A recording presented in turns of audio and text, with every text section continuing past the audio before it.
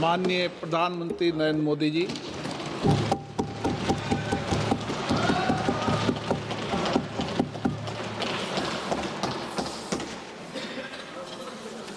आदरणीय अध्यक्ष जी,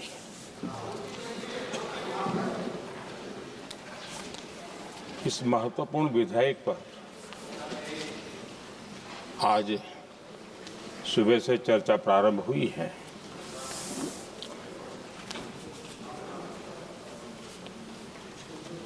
काफी साथी यहाँ से भी जिन मुद्दों को स्पर्श किया गया है उसको तथ्य से और तर्क से सदन को जरूर जानकारी देंगे और इसलिए मैं उन विषयों में जाना नहीं चाहता। आदरणीय अध्यक्ष जी, राष्ट्र के जीवन में कुछ महत्वपूर्ण पल आते हैं और उस समय की समाज की मनस्थिति और नेतृत्व की क्षमता उस पल को कैप्चर करके एक राष्ट्र की अमानत बना देती है, एक मजबूत धरोहर तैयार कर देती है। मैं समझता हूं कि भारत के संसदीय लोकतंत्र के इतिहास में ये वैसे ही पल है। आवश्यकता तो ये थी कि 25-30 साल पहले जब से विचार सामने आया, आवश्यकता महसूस हुई, हम इसको लागू कर देते और हम आज उसको काफी परिपक्वता तक पहुंचा देते हैं और आवश्यकता के अनुसार उसमें समय समय पर सुधार भी होते हैं और यही तो लोकतंत्र की ब्यूटी होती है। हमारी मदर ऑफ डेमोक्रेसी है, हमारी हजारों साल की लोकतंत्र की एक विकास यात्रा रही है और उस विकास यात्रा में एक नया आयाम जोड़ने का एक शुभ अवसर सदन के हम सभी साथियों को मिला है और मैंने प्रारंभ में कहा है कि हम सब भाग्यवान हैं कि हमें ऐसे महत्वपूर्ण और देश की आधी आबादी को इस राष्ट्र निर्माण की नीति निर्धारण प्रक्रिया में हिस्सेदार बनाने का सौभाग्य मिल रहा है।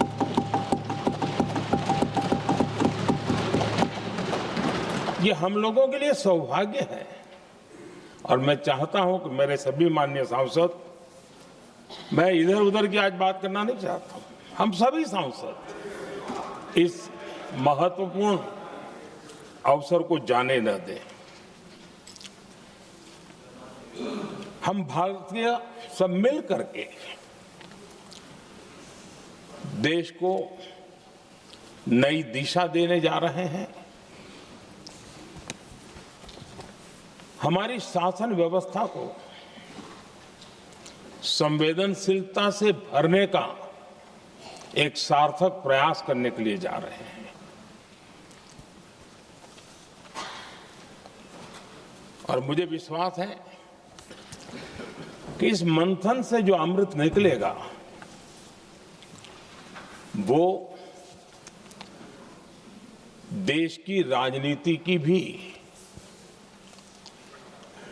उसके रूप स्वरूप को तो तय करने ही करने वाला है, लेकिन ये देश की दिशा और दशा भी तय करने वाला है। इतने महत्वपूर्ण मोड़ पर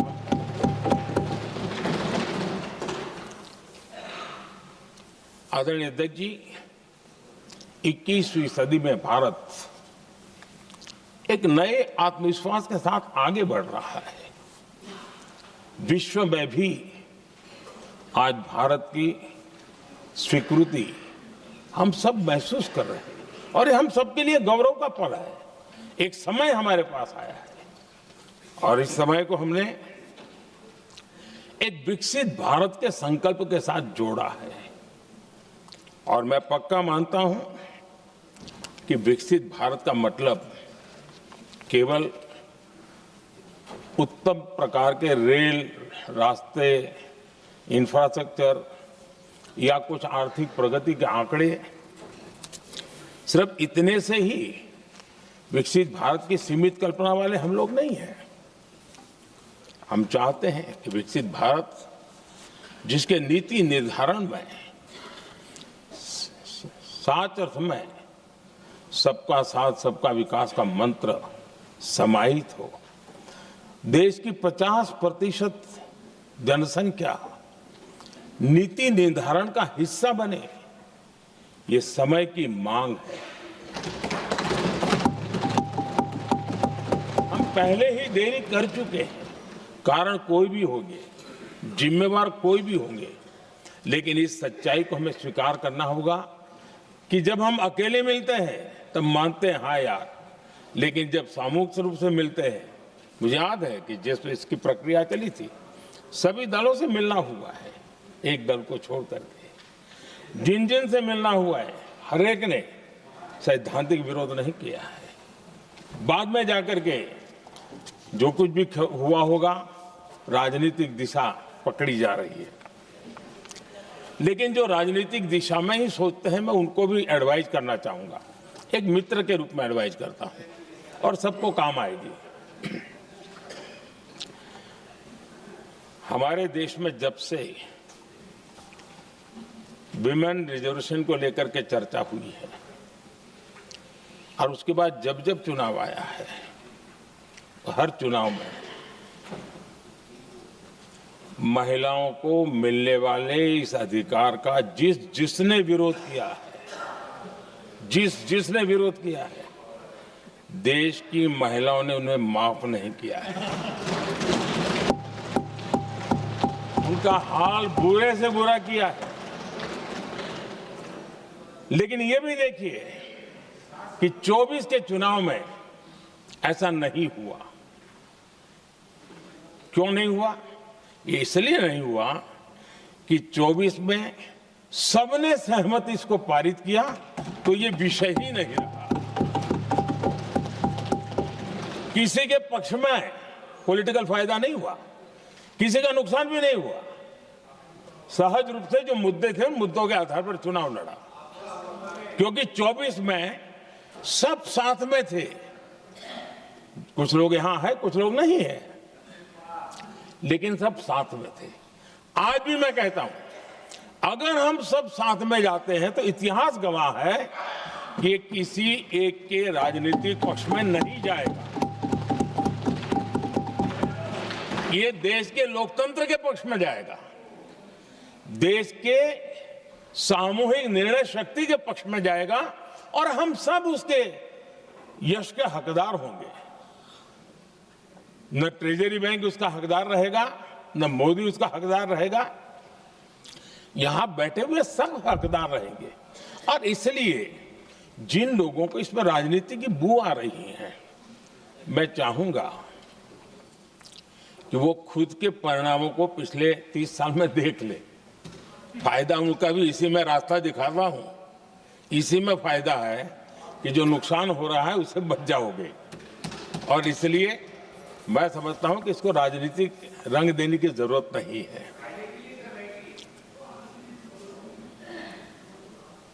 आदरणीय अध्यक्ष जी, मुझे याद है तब तो मैं शासकीय व्यवस्था की राजनीति में नहीं था, मैं एक संगठन के कार्यकर्ता के नाते काम करता था। उस समय एक चर्चा सुनने को मिलती थी गलियारों में कि देखिए ये कैसे लोग हैं,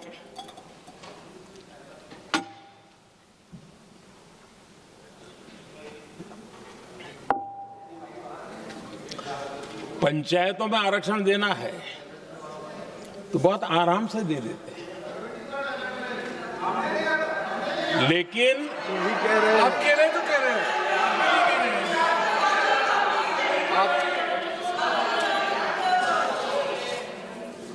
पंचायतों में आरक्षण देना है तो आराम से देते हैं, क्योंकि उसमें उनको खुद का पद जाने का डर नहीं लगता है। उसको लगता है हम सुरक्षित यार वहां दे दो। ये उस समय गलियारों में बहुत चर्चा थी कि बोले कभी नहीं करेंगे यहां बैठे हुए। क्यों? क्योंकि उनका कुछ जाएगा, और इसलिए और बगे पंचायत का हो जाता है, 50% तक पहुंच गए। मैं राजनीतिक दृष्टि से और भी एक बात समझाना चाहता हूं साथियों। आज से 25 साल 30 साल पहले जिसने भी विरोध किया तो विरोध राजनीतिक सतह से नीचे नहीं गया था। आज ऐसा समझने की गलती मत करना। पिछले 25-30 साल में ग्रास रूट लेवल पे पंचायती चुनाव व्यवस्थाओं में जीत करके आई हुई बहनों में एक पॉलिटिकल कॉन्शियसनेस है। वे ओपिनियन मेकर हैं ग्रास रूट लेवल पे। 30 साल पहले वो शांत रहती थी, बोलती नहीं थी, समझती थी, बोलती नहीं थी। आज वो वोकल है, और इसलिए अब जो भी पक्ष विपक्ष होगा, वो जो लाखों बहनें कभी न कभी पंचायत में काम कर चुकी है, प्रतिनिधित्व कर चुकी है, जनता के सुख दुख की समस्याओं को गहराई से देखा है, वो आंदोलित है। वो कहती हैं कि झाड़ू कचरा वाले काम में तो हमें जोड़ देते हो, वो तो परिवार में भी पहले होता था, अब हमें निर्णय प्रक्रिया में जोड़ो। और निर्णय प्रक्रियाएं विधानसभा में और पार्लियामेंट में होती है।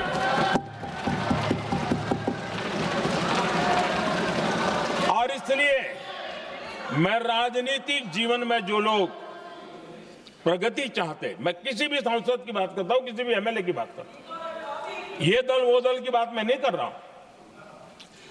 जो भी राजनीतिक जीवन में सफलतापूर्वक आगे बढ़ना चाहते हैं, उनको ये मान के चलना पड़ेगा कि पिछले 25-30 साल में लाखों बहनें ग्रास रूट लेवल पर लीडर बन चुकी हैं। अब उनके अंदर सिर्फ यहां 33% का नहीं, वहां भी वो आपके फैसलों को प्रभावित करने वाली है। और इसलिए जो आज विरोध करेंगे उसको लंबे समय तक कीमत चुकानी पड़ेगी, लंबे समय तक कीमत चुकानी पड़ेगी। और इसलिए राजनीतिक समझदारी भी इसी में है कि हम ग्रास रूट लेवल पर महिलाओं की जो पॉलिटिकल लीडरशिप खड़ी हुई है, उसको आपने अब कंसीडर करना पड़ेगा। यहां मैंने सुना हमारे मुलायम सिंह जी थे, तब से एक विषय चला रहे हैं, उनके परिवार वाले पे भी चला रहे हैं। आप देश की बहनों पर भरोसा करो ना, उनकी समझदारी पर भरोसा करो। एक बार 33% बहनों को यहां आने दो, आकर के उनको निर्णय करने दो, किसको देना है, किसको नहीं देना है, इस वर्ग को देना, उस वर्ग को देना, करेंगे वो निर्णय। हम उनके सामर्थ्य पर आशंका क्यों करते भाई? एक बार आने तो दो, उनको आने तो दो। जब आएंगे तो 34 में, और दूसरा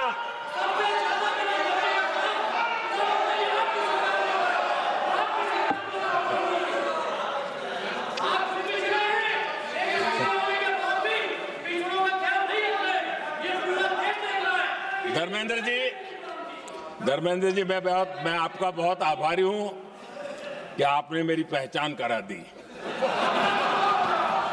ये बात सही है, मैं अति पिछड़े समाज से आता हूं।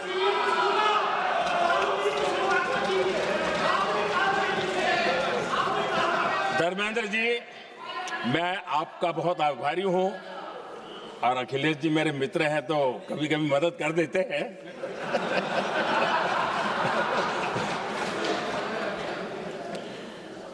ये बात सही है कि मैं अति पिछड़े समाज से आता हूं, लेकिन मेरा दायित्व समाज के सबको साथ लेके चलने का है और यही मेरे संविधान ने मुझे यही रास्ता दिखाया है। मेरे लिए संविधान ही सर्वोपरि है और इसलिए और ये संविधान की ताकत है कि मेरे जैसा अत्यंत छोटे समाज का, अति पिछड़े समाज के व्यक्ति को इतना बड़ा दायित्व देश ने दिया।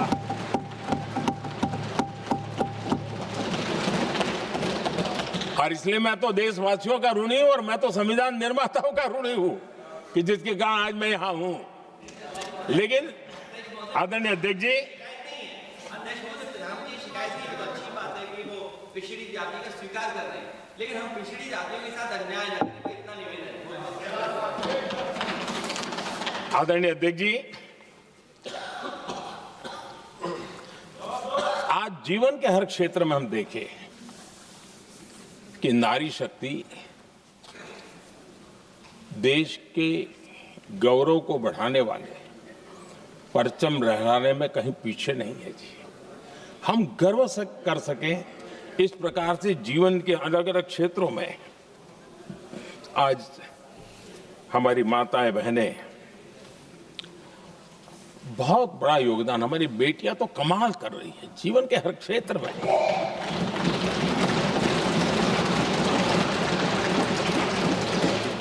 इतना बड़ा सामर्थ्य,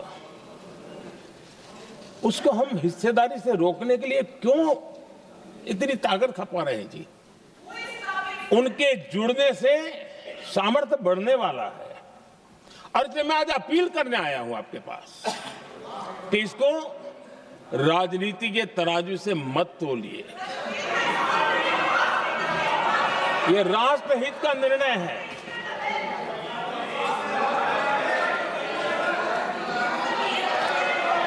आदरणीय अध्यक्ष जी, आज का हमारे सामने अवसर एक साथ बैठ करके एक दिशा में सोच करके विकसित भारत बनाने में हमारी नारी शक्ति की भागीदारी को एक खुले मन से निर्णय करने का अवसर है, स्वीकार करने का अवसर है। और मैंने जैसा पहले ही कहा कि आज पूरा देश और विशेष करके नारी शक्ति हमारे निर्णय तो देखेगी, लेकिन निर्णय से ज्यादा हमारी नीयत को देखेगी। और इसलिए हमारी नीयत की खोट देश की नारी शक्ति कभी माफ नहीं करेगी।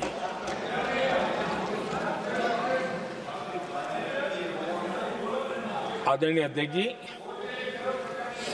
2023 में इस नए सदन में हमने सर्वसम्मति से एक प्रकार से इस अधिनियम को स्वीकार किया था। पूरे देश में खुशी का वातावरण बना, उस पर कोई राजनीतिक रंग नहीं लगे और इसलिए वो कभी राजनीतिक इश्यू भी नहीं बना। तो एक अच्छी स्थिति है। अब सवाल ये है कि हमें कितने समय तक इसको रोकना है। अब यहां जो लोग जनसंख्या वगैरह के विषय उठाते हैं, क्या आपको मालूम नहीं है? मैं चाहूंगा कि अमित भाई अपने भाषण में इन सारी चीजों का उल्लेख करेंगे, जब कि हमने जनगणना के संबंध में कब कब क्या क्या किया था, बाद में कोविड आया, उसके कारण क्या मुसीबत आई, कैसे रुकावटें आई, ये सारी बातें हम सबके सामने हैं, इसमें कोई विषय नहीं है। लेकिन पिछले दिनों जब हम 23 में चर्चा कर रहे थे, तब भी व्यापक रूप से बात ये थी कि इसको जल्दी करो। हर कोई कह रहा था जल्दी करो। अब 24 में संभव नहीं था क्योंकि इतने कम समय में करना मुश्किल था। अब 29 में हमारे पास अवसर है। अगर हम 29 में भी नहीं करते तो ये स्थिति क्या बनेगी हम कल्पना कर सकते हैं। फिर हम देश की माताओं बहनों को ये विश्वास नहीं बना पाएंगे कि हम सचमुच में प्रयास सच्चे अर्थ कर सकते थे। और इसलिए समय की मांग है कि अब हम ज्यादा विलंब न करें।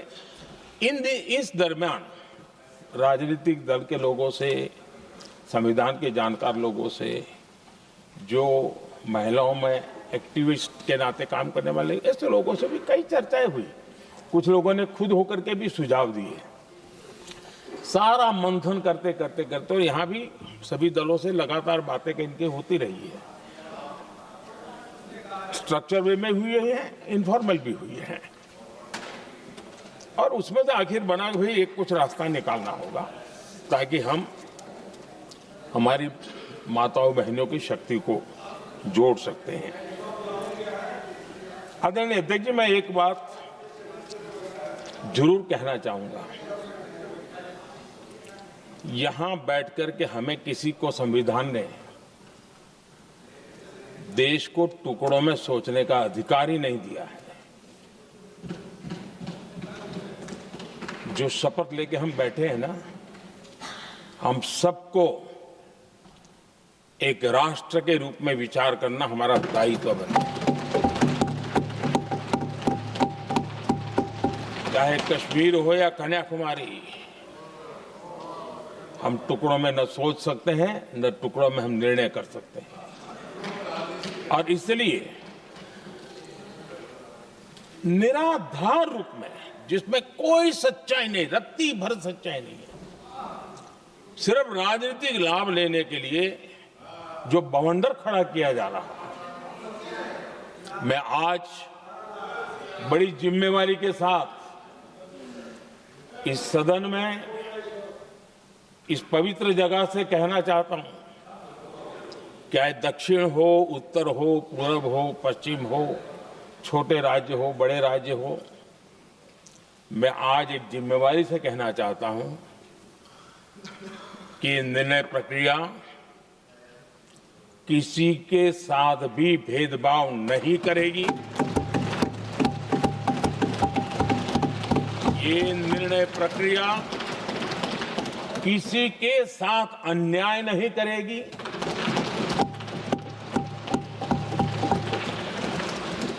भूतकाल में जो सरकारें रही और जिनके कालखंड में जो परिसीमन हुआ और जो अनुपात उस समय से चला आ रहा है, उस अनुपात में भी कोई बदलाव नहीं होगा और वृद्धि भी उसी अनुपात में होगी।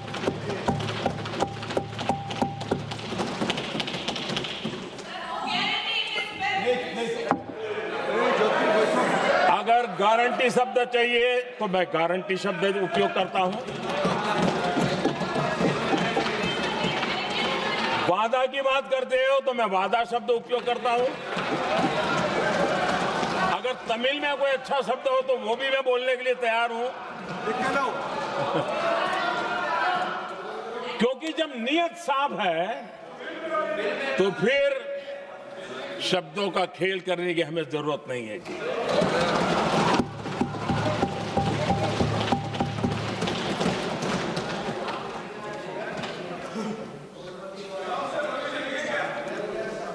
आदरणीय अध्यक्ष जी,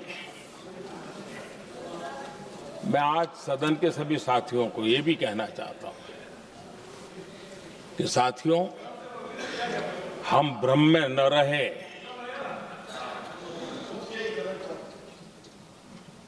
हम उस अहंकार में न रहे, और मैं हम शब्द प्रयोग कर रहा हूं। मैं और तुम की बात नहीं कर रहा हूं। मैं हम इस भ्रम में न रहे कि हम देश की नारी शक्ति को हम कुछ दे रहे हैं। जी नहीं, उसका हक है। और हमने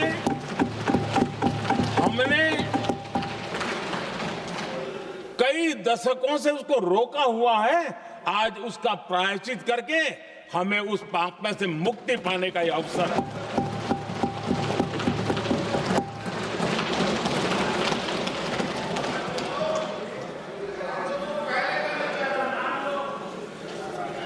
हम सब जानते हैं, हर एक ने कैसे चालाकी की हर बार, चतुराई की।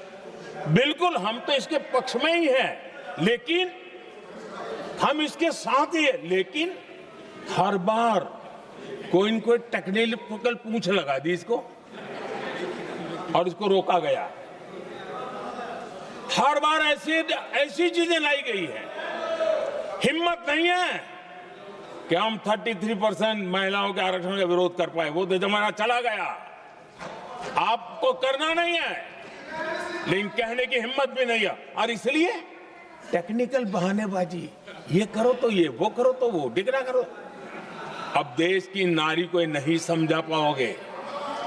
सदन में नंबर का खेल क्या होता है वो तो समय तय करेगा, लेकिन ये पक्का है कि अब इन भांति भांति के बहानेबाजी, भांति भांति टेक्निकल मुद्दों के आधार पर चीजों को उलझा करके 3 दशक तक इसको अड़ंगे डाले हमने, फंसा के रखा। आपने जो अचीव करना था कर लिया, अब छोड़ दो ना भाई। 3 दशक कम पड़ते हैं क्या रोकने में? 3 दशक तक आपने रोका, फिर भी कुछ कर नहीं पाए, तो अब तो करो।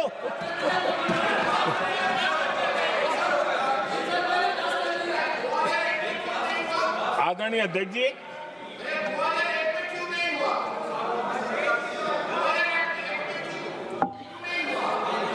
यहां कुछ लोगों को लगता है, आदरणीय अध्यक्ष, यहां कुछ लोगों को लगता है इसमें कहीं न कहीं मोदी का राजनीतिक स्वार्थ है।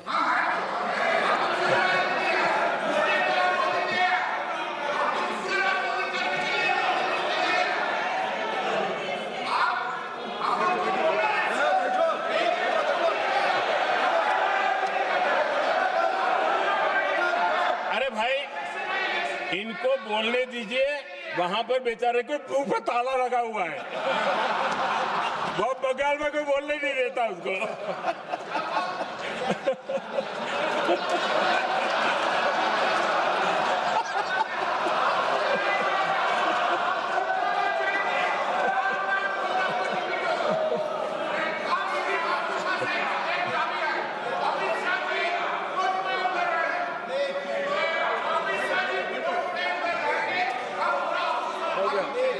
आदरणीय अध्यक्ष जी,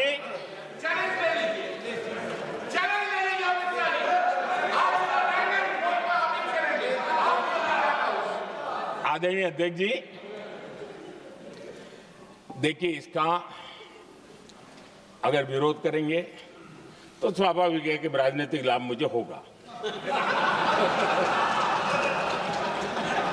लेकिन साथ चलेंगे तो किसी को भी नहीं होगा, ये लिख के रखो। किसी को नहीं रहेगा, क्योंकि फिर अलग पहलू हो जाता है, फिर किसी को फायदा नहीं होता। और इसलिए हमें क्रेडिट नहीं चाहिए। जैसे ये पारित हो जाए, मैं कल एडवर्टाइजमेंट दे करके सबका धन्यवाद करने के लिए तैयार हूं, सबकी फोटो छपवाने के लिए तैयार हूं। क्रेडिट आप ले लो, चलो। क्रेडिट की चिंता है क्या है जी? ले लो ना क्रेडिट। आपको जिसकी फोटो छपवानी है सरकारी खर्चे से हम करवा देंगे।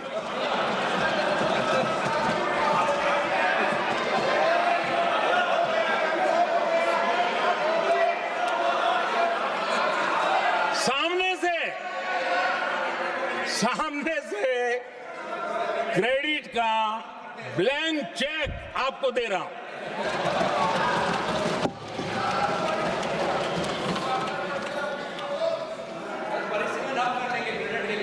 आदरणीय अध्यक्ष जी, हमारी संसदीय लोकतंत्र में महिलाओं की भागीदारी ये सिर्फ आंकड़ों का खेल या एक लोकतांत्रिक व्यवस्था में सुधार इतना सीमित नहीं है। लोकतंत्र की जननी के रूप में, मदर ऑफ डेमोक्रेसी के रूप में ये निर्णय भारत का कमिटमेंट है, ये सांस्कृतिक कमिटमेंट है।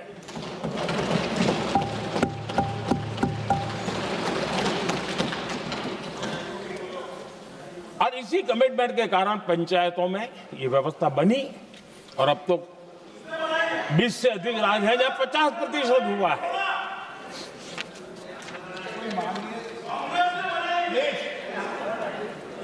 और हमने अनुभव किया है, मुझे लंबे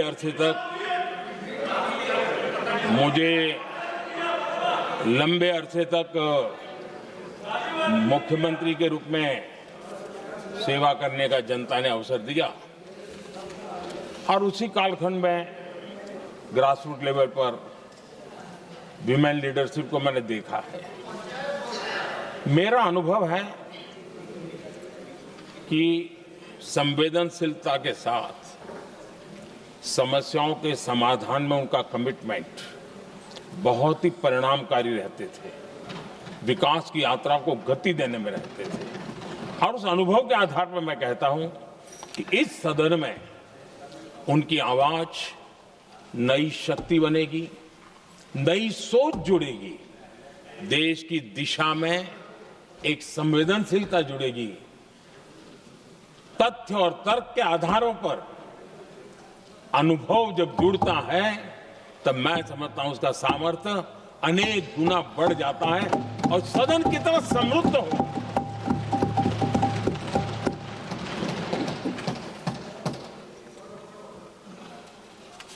आदरणीय अध्यक्ष जी, हमारे देश में अनुभवी नारी शक्ति की कोई कमी नहीं है, सामर्थ्यवान में कोई कमी नहीं। हम भरोसा करें वे कंट्रीब्यूट करेंगे, बहुत अच्छा कंट्रीब्यूट करेंगे। और आज भी जितनी हमारी बहनें यहाँ हैं, जब भी उनको अवसर मिला है उन्होंने बहुत अच्छे ढंग से अपनी बात बताई है, सदन को समृद्ध किया है।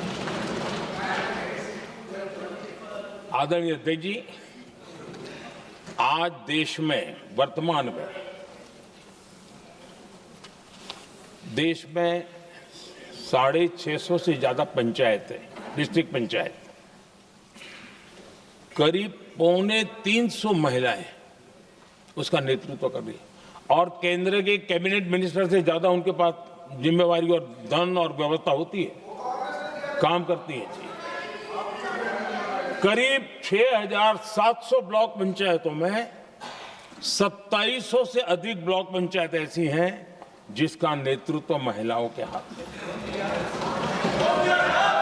आज देश में 900 से अधिक शहरों में अर्बन लोकल बॉडीज की हेड के रूप में मेयर्स हो या स्टैंडिंग कमेटी का काम देखने वाली बहनें हैं, उनकी ताकत है। और मैं मानता हूं कि आज देश जो प्रगति कर रहा है उस प्रगति में इनका भी महत्वपूर्ण योगदान है। उस ऋण को हमें स्वीकार करने का ये अवसर है। और जब ये अनुभव सदन के साथ जुड़ेगा तब वो अनेक गुना ताकत बढ़ा देगा। आदरणीय अध्यक्ष जी, एक लंबी प्रतीक्षा एंड एक प्रकार से हम सबके लिए सवालिया निशान पैदा हो, ऐसी परिस्थिति हम ही लोगों ने पैदा की है। ये अवसर है कि हम पुरानी जो कुछ भी मर्यादाएं रही होगी, मुश्किलें रही होगी, उसे बाहर निकले, हिम्मत के साथ हम आगे बढ़े और नारी शक्ति का राष्ट्र के विकास में उनकी सहभागिता को हम सुनिश्चित करें। और मैं पक्का मानता हूं कि अगर आज हम मिलकर के निर्णय करते हैं, और मैं तो आग्रह करूंगा कि हमें सर्वसम्मति से इसको आगे बढ़ाना चाहिए। और जब सर्वसम्मति से बढ़ता है तो ट्रेजरी बेंच पर एक दबाव रहता है जी, उनको भी लगता है भाई सबका इसमें हक है, हर एक की बात मान के चलो, कोई नुकसान नहीं है। सामूहिक शक्ति से तो अनेक परिणाम हमें अच्छे मिलते हैं। आदरणीय अध्यक्ष जी, मैं ज्यादा समय न लेते हुए इतना ही कहूंगा कि इसको राजनीति के तराजू से न तोलें। हम जब भी कुछ निर्णय करने जा रहे हैं तो देश के इतने बड़े देश का आधा जिम्मा जो उठा रहे हैं उनका भी कोई हक बनता है यहां आने का, हमें रोकना नहीं चाहिए। और दूसरा, संख्या के संबंध में